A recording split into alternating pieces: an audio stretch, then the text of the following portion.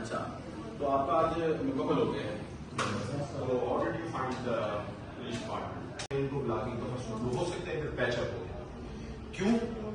पहले हमारा जो सिस्टम था ना सारा, इसमें दो स्टेक होल्डर्स थे, पुलिस होती थी और एक नोटेबल्स होते थे, जो गांव में चौधरी या घर में दादा या घर के या अफराद, वो जिनकी रिस्पेक्ट करते थे लोग, और उनमें बड़ी विजडम होती थी, वो बड़े इंसाफ से लोग होते थे। उस वक्त पोलिटिकली मैंने जो जांचा है, मैंने वो सिस्टम का टीयर की फेलियर, जो मेरे पास लोग आते हैं, मैं समझ चुका हूं कि व्हाट इज द प्रॉब्लम।